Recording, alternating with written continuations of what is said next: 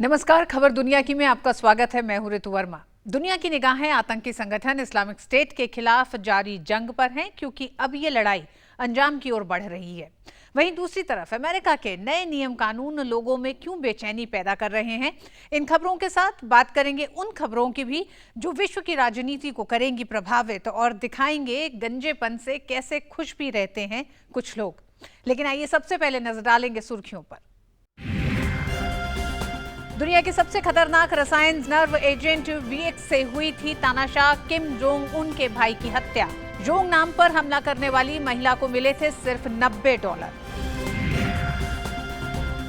Syria संकट का हल निकालने के लिए 10 महीने बाद जिनेवा में फिर से जुटे सरकार और विपक्ष के प्रतिनिधि। सीरिया के होम्स शहर में जबरदस्त विस्फोट, 40 की मौत। सरकार ने कहा वार्ता को विफल करने के मकसद से किया गया है विस्फोट। अमेरिकी राष्ट्रपति डोनाल्ड ट्रंप का अमेरिका में रह रहे अवैध अप्रवासियों पर कसा शिकंजा। 1 करोड़ प्रवासियों के निर्वासित होने का खतरा। ट्रंप के खिलाफ शुरू हुआ विरोध प्रदर्शन का नया दौर। बढ़ते अंतर्राष्ट्रीय दबाव के आगे झुका कांगो लोकतांत्रिक गणराज्य। कथित नरसंहार संबंधी वीडियो की जांच के दिया आदेश। वीडियो में सैनिक निहत्थे लोगों पर कर रहे हैं गोलीबारी। जापान में है गंजों का एक अनूठा क्लब, जहां लुत्फ उठाने के लिए जुटते हैं सैकड़ों गंजे लोग। गंजेपन के प्रति लोगों में सकारात्मक सोच विकसित करने की कोशिश कर रहा है ये क्लब।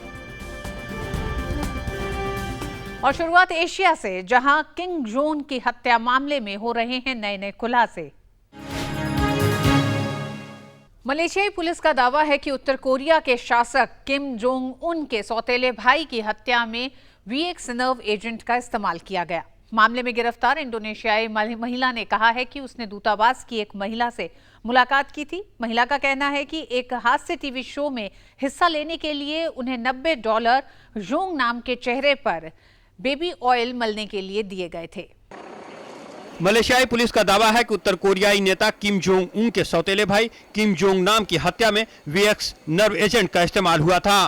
पुलिस कड़ी से कड़ी को जोड़ रही है। कोलालमपुर हवाई अड्डे पर 13 फरवरी को विमान में सवार होने जा रहे जोंग नाम पर 2 महिलाओं ने तरल पदार्थ स्प्रे किया था, जिसके बाद उनकी मौत हो गई। पुलिस के मुताबिक जोंग नाम के चेहरे से प्राप्त लार और आंखों में वीएक्स के अंश मिले हैं। पुलिस ने बताया कि हिरासत में ली गई महिलाएं बीमार हैं और उल्टी कर रही हैं। हम इस बात का पता लगा रहे हैं कि हमारे देश में ये कैसे पहुंचा। यदि बहुत कम मात्रा में लाया गया होगा तो हमारे लिए तलाश करना कठिन होगा। नर्व एजेंट का इस्तेमाल रासायनिक हथियारों में किया जाता है। संयुक्त राष्ट्र ने इसे व्यापक नरसंहार वाले हथियारों की सूची में डाल रखा है। ऑर्गेनोफॉस्फेट कीटनाशक से इसे तैयार किया जाता है। ये तैलीय तरल पदार्थ रंगहीन और गंधहीन होता है। त्वचा के भीतर पहुंच ये तंत्रिका तंत्र को तबाह कर देता है। शरीर के अंग और मांस काम करना बंद कर देते हैं। आंखों में तेज दर्द, धुंधला दिखना, सुस्ती और उल्टी होने लगती है। इसे स्प्रे कर या भाप बनाकर फैलाया जा सकता है। सांस, त्वचा और आंखों से यह शरीर में पहुंच सकता है। उत्तर कोरिया के पास रासायनिक हथियारों का बहुत बड़ा जखीरा है। उसके पास 5000 टन से ज्यादा रासायनिक हथियार हैं। इसमें वीएक्स भी शामिल है। उसके पास 16 तरह के नर्व एजेंट हैं। उत्तर कोरिया 1980 से ही रासायनिक हथियार बनाने के काम में जुटा हुआ है। इराकी सेना का दोबारा मोसुल हवाई अड्डे पर कब्जा संकेत है इस बात का कि अब आईएस के खिलाफ लड़ाई अंजाम की ओर बढ़ रही है। अब इराकी सेना की तैयारी है पश्चिमी मोसुल में आईएस को खदेड़ने की। आतंकी संगठन इस्लामिक स्टेट के खिलाफ इराक के शहर मोसुल में जंग काफी अहम दौर से गुजर रही है। मोसुल के पश्चिमी हिस्से को आईएस से छुड़ाने के लिए जारी जंग अब अंजाम की ओर बढ़ रही है। इराकी सेना ने मोसुल के दक्षिणी हिस्से में स्थित हवाई अड्डे पर कब्जा कर लिया। हालांकि हवाई अड्डे का बड़ा हिस्सा गोलीबारी में ध्वस्त हो चुका है। इस पर कब्जे के बाद गठबंधन सेना के लिए पश्चिमी हिस्से पर आक्रमण करना अपेक्षाकृत आसान हो जाएगा। दजला नदी के पश्चिमी किनारे में प्रवेश कर हमले की तैयारी में है। 1 महीना पहले पूर्वी किनारे पर सेना कब्जा कर चुकी है। नदी पर बने सभी पुल आतंकी उड़ा चुके हैं। दरअसल पश्चिमी मोसुल के पुराने इलाकों में जहां काफी सकरी गलियां हैं, वहां इराकी फौज के लिए न तो तोपें ज्यादा मददगार साबित होंगी और न ही बख्तरबंद गाड़ियां ही उन्हें खास फायदा पहुंचाएंगी। इराक के सुरक्षा बलों ने 1 महीने पहले मोसुल के पूर्वी हिस्से पर कब्जा किया था और अब टिग्रिस नदी के पश्चिमी हिस्से की तरफ अभियान शुरू कर दिया है। यह नदी शहर को 2 हिस्से में बांटती है। पश्चिमी मोसुल में करीब 5 लाख आम नागरिकों के फंसे होने का अनुमान है। इतनी बड़ी तादाद में आम नागरिकों की मौजूदगी और संकरी सड़कों के कारण गठबंधन सेना को यहां अपने सैन्य अभियान में खासी चुनौतियां झेलनी होगी। अब देखना है कि मोसुल में सेना और आतंकियों के बीच ये जंग कितनी लंबी खिंचती है। सीरिया संकट का हल निकालने के लिए 10 महीने बाद सीरियाई सरकार और विपक्षी प्रतिनिधि जिनेवा में एक बार फिर मुलाकात कर रहे हैं।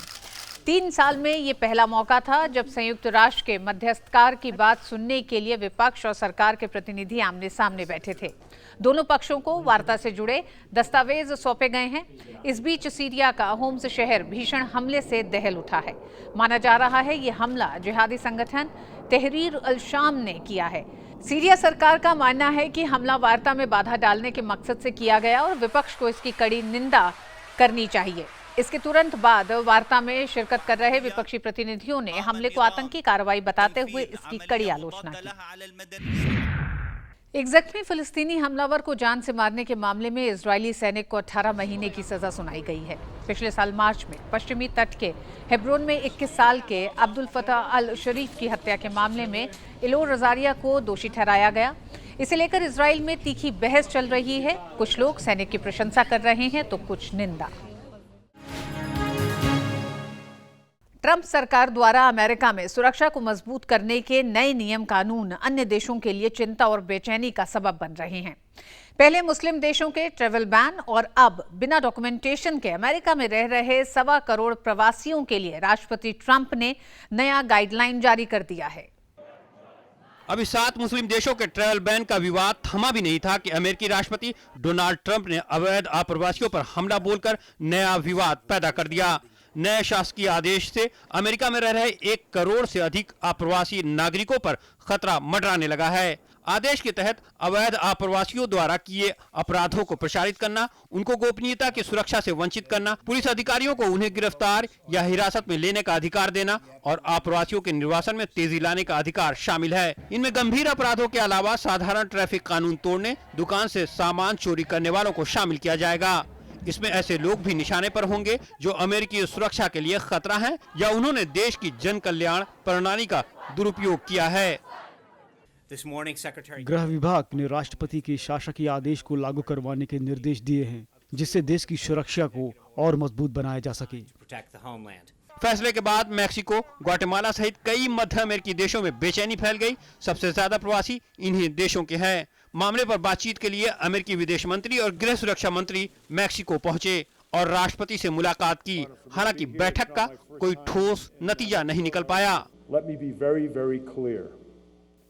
मैं स्पष्ट कर देना चाहता हूं कि बड़ी संख्या में किसी को भी नहीं निकाला जाएगा।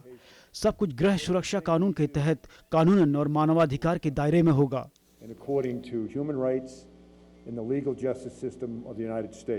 दक्षिण एशियाई देशों के आप्रवासी भी इससे प्रभावित होंगे। भारत ने मामले पर दूरदर्शी नीति अपनाने की सलाह दी है। नया आदेश आते ही न्यूयॉर्क से लेकर कई बड़े शहरों में प्रदर्शन का नया दौर शुरू हो गया। हर मुस्लिम को आतंकी समझना गलत होगा। यह बहुत ही डरावना होगा। उन्हें कम से कम यह समझना होगा कि निर्वासन करने से पहले उस व्यक्ति की स्थिति कैसी होगी। आप्रवासियों को रोकने के लिए सबसे पहले 1872 में कानून बना था।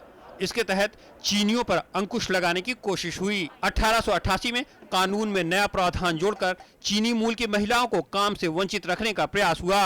1921 में एक और नए कानून के तहत अन्य देशों के 2% लोगों को वीजा देने की बात कही गई, लेकिन इसे 1923 में बढ़ाकर 3% कर दिया गया। 1965 में प्रवासियों के लिए लचीला रुख अपनाया गया। अप्रवासियों की बड़ी संख्या अमेरिका पहुंची और देश समृद्धि की राह पर निकल पड़ा। लेकिन एक बार फिर ट्रंप पुरानी राह पर लौट आए हैं तो देखना दिलचस्प होगा कि देश किस राह पर जाएगा।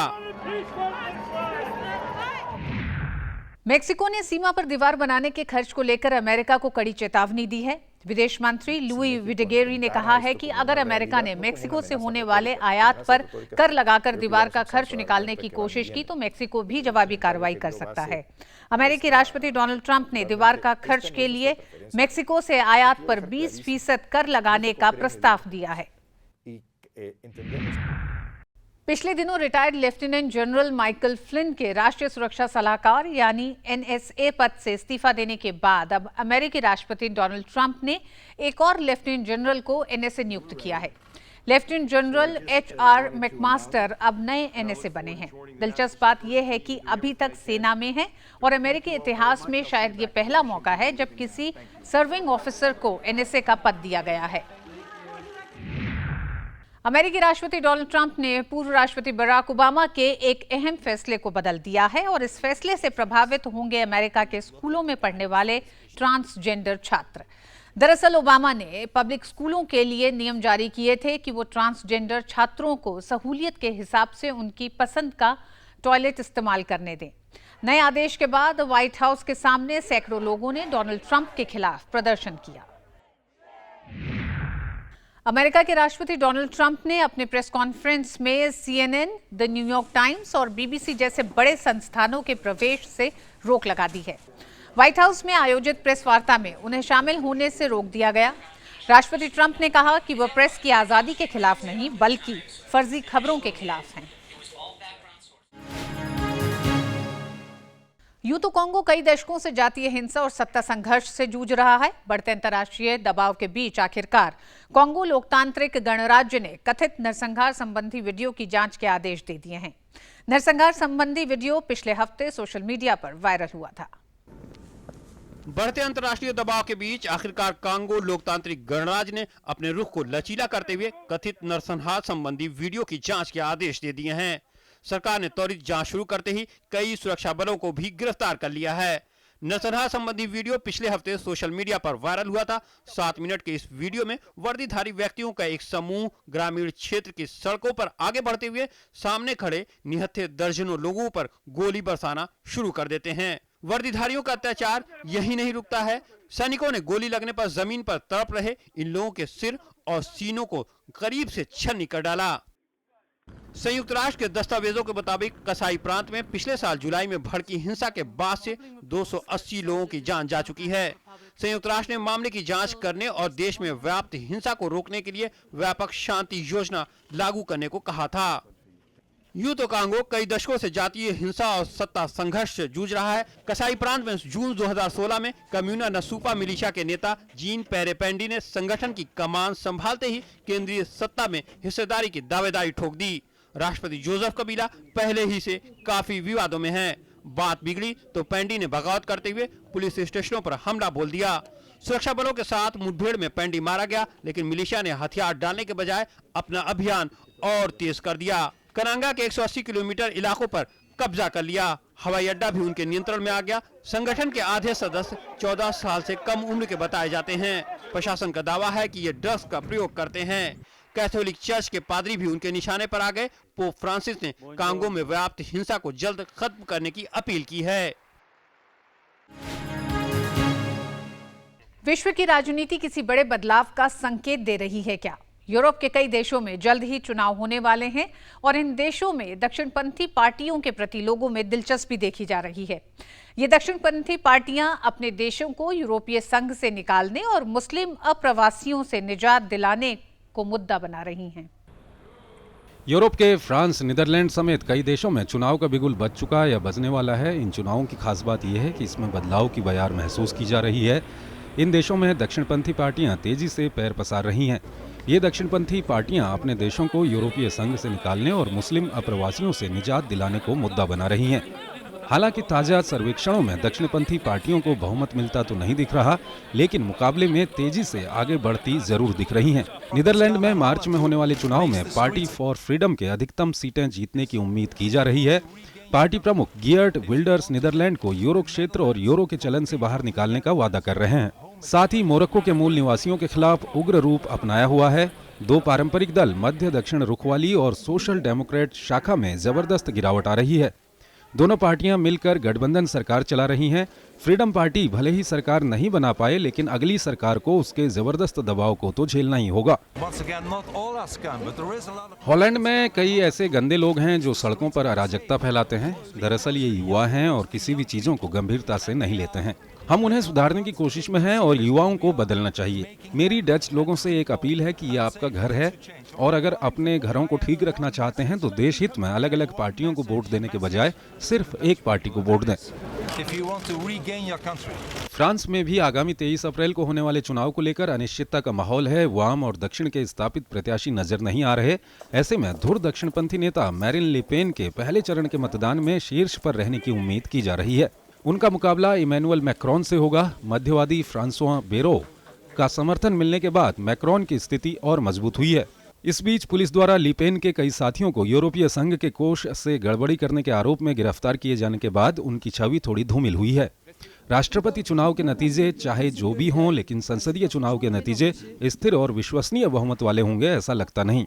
जर्मनी में आगामी सितंबर में होने वाले चुनाव को लेकर कई तरह की अटकलें लग रही हैं। यहाँ भी धुर दक्षिणपंथी दल अल्टरनेटिव फॉर जर्मनी ने प्रवासियों और मुस्लिमों के मुद्दों पर लोगों को जोड़ने की कोशिश की। कई राज्यों के चुनाव में पार्टी बढ़िया प्रदर्शन कर रही है।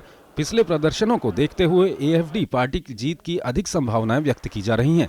अगर ऐसा हुआ तो दूसरे विश्व युद्ध के बाद पहली दफा होगा जब कोई चरमपंथी दल जर्मनी की संसद का प्रतिनिधित्व करेगा।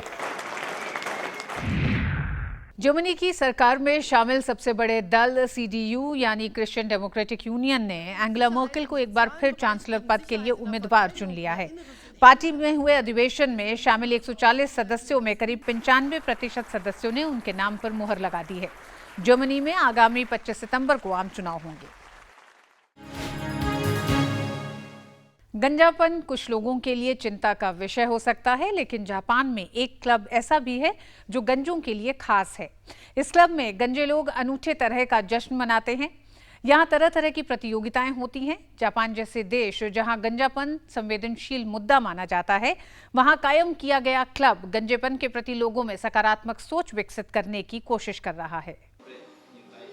इंसानी शक्ल व सूरत को निखारने में सिर पर बाल अहम भूमिका निभाते हैं। यही वजह है बालों के झड़ने के साथ इंसान की चिंताएं बढ़ने लगती हैं। कई बार ये चिंता इतनी ज्यादा होती है कि बालों को लेकर इंसान अवसाद का शिकार हो जाता है। वजह साफ है कि गंजों को लेकर समाज का रवैया। कई देशों में तो गंजापन एक संवेदनशील मुद्दा है। जापान भी उन्हीं में से एक है। जापानी समाज ने तो गंजेपन के प्रति लोगों में सकारात्मक सोच विकसित करने के मकसद से एक क्लब ही कायम कर दिया। 1989 में बने इस क्लब के 65 गंजे लोग सदस्य हैं। क्लब में गंजे लोग अनूठे तरह का जश्न मनाते हैं। हाथों से खींची जाने वाली रस्साकशी यहाँ दूसरे रूप यानी कि गंजे सिरों से खेली जाती है। एक लाल रस्सी से बंधा सक्शन पैड 2 गंजों के सिरों पर चिपका दिया जाता है और दोनों प्रतिद्वंद्वी पैड को अपने सिर से खींचते हैं। मेरे सिर में अभी भी दर्द होता है। मुझे लगता है इस पर बर्फ घिसने की जरूरत है। एक और दिलचस्प गेम यहाँ खेला जाता है। दीवार के छेद में सिर डालकर पहचानना होता है कि ये सिर किसका है। देश भर से कई गंजे प्रतियोगियों ने इसमें हिस्सा लिया। मुझे गर्व महसूस होता है। इसे मैं यूं भी कह सकता हूं कि गंजा होने पर मुझे अच्छा महसूस होता है। गंजों की ये प्रतियोगिता हर 22 फरवरी को आयोजित होती है। कई सदस्य गंजों का ओलंपिक कराने की मांग कर रहे हैं। जापान के सम्राट की वियतनाम यात्रा का ऐलान हुआ तो गुएन थी माई जैसी कई महिलाओं के दर्द छलक आए।